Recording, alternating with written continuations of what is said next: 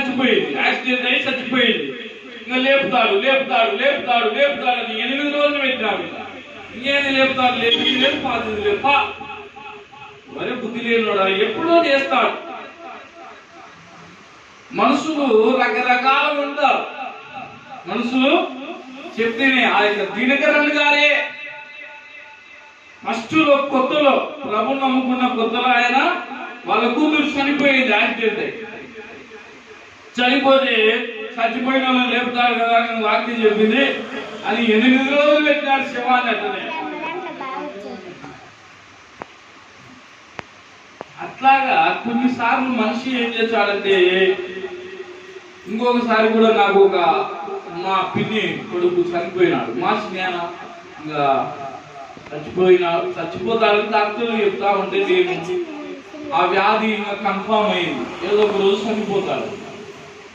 ఈయనేమంటారు అర్థం చేస్తే లేచి వస్తాడు వెంటనే అది ఇదని చెప్పి